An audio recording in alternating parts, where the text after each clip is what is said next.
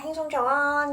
我之前已經有一段時間冇拍片啦，因為我好 focus 喺嗰個吸引力法則脫離不幸嘅戀愛班嗰度啦。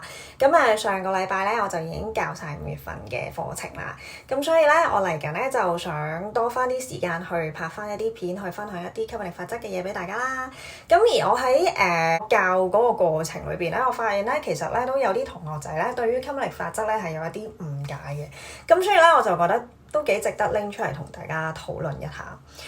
首先啦，其實咧大家咧唔係好知道吸引力法則咧究竟係點樣運作嘅，即係我應該點樣去許願先至係所謂正確嘅咧？因為吸引力法則唔係講緊話你要去，即係有一個儀式你要做，然後嗰啲願望先至會成功 send 到俾個宇宙噶嘛。咁其實咧個宇宙係點樣去確認你想要啲咩咧？其實就係好透過我哋平時咧嗰個生活裏邊嘅一啲諗法啦。即係譬如話咧，如果你而家咧喺個生活裏邊係遇到一啲唔開心嘅嘢嘅，或者你譬如 let's say 你返緊一份工，你係唔中意而家呢一份工嘅，或者你而家嗰段關係裏邊另外一半係做咗啲嘢令到你唔開心嘅，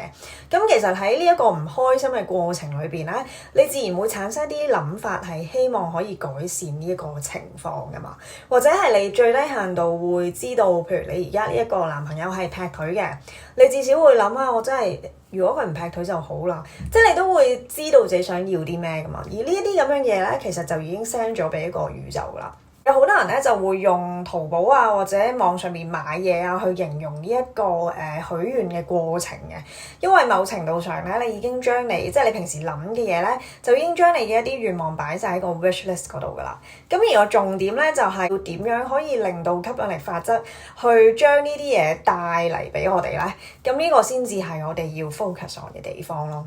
呢一個位咧就好 challenging 嘅，因為咧其實有好多人咧佢喺希望嗰個願望實現嘅期間咧，佢會做好多嘢咧，希望嗰個願望可以快啲實現啦。咁但係好多時咧會弄巧反拙嘅。咁我收過一個朋友仔嘅，即係一個同學仔嘅來信啦，就話佢上完嗰堂之後咧，佢就好希望可以用即係我喺堂上面教一啲方法去令到呢樣嘢實現啦。咁但係咧，因為佢越諗嗰樣嘢咧，有時就會令到自己越唔開心啊。咁究竟點樣先至可以正確咁樣去做到一啲 affirmations， 即係一啲譬如話點樣為之係正念啲去諗嗰樣嘢，令到嗰樣嘢快速啲實現咧？因為有好多時咧，即係坊間咧教我哋好多嘢就係你要去 visualize 嗰個願望啦，你要去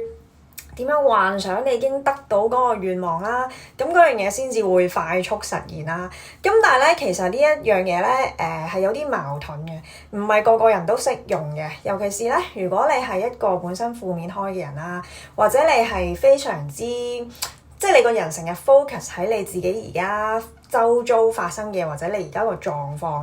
咧，令到你好唔開心。即係譬如話，如果你係已經單身咗好耐嘅，咁你一路都遇唔到啱嘅對象嘅，咁而你而家身邊咧亦都冇一啲啱嘅有 potential 嘅對象出現喎，咁你係好 aware of 呢一樣嘢嘅。當你越係去逼自己去講呢啲所謂 positive 嘅嘢咧，其實係反而會令到自己更加唔開心，你會產生咗好多 negative 嘅諗法，反而係會令到你嗰個 energy 更加差嘅，因為你講嘅呢啲嘢咧，根本上你自己都唔相信啦。而你因為慣咗係比較負面咁樣諗嘢咧，如果要係一下子去逼到自己咧，去由明明係好唔開心，搞到自己要好開心，企圖運用吸引力法則去帶你自己想要嗰啲嘢翻嚟啦，咁反而其實係會產生咗反效果。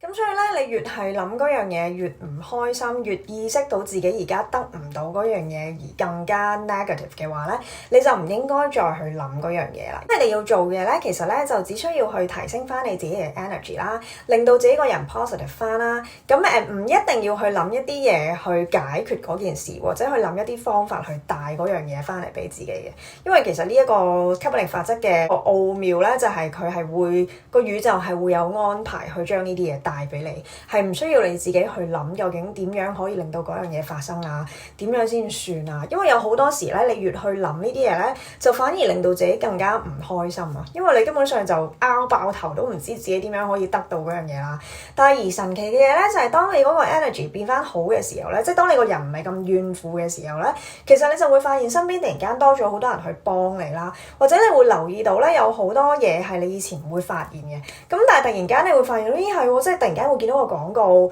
或者突然間會諗起某個舊同學。咁呢啲嘢就係一啲你個人比較 positive 嘅時候，個宇宙帶俾你嘅嘢咯。咁而你慢慢順住呢啲嘢咧，其實就可以令到你嗰個願望可以實現㗎啦。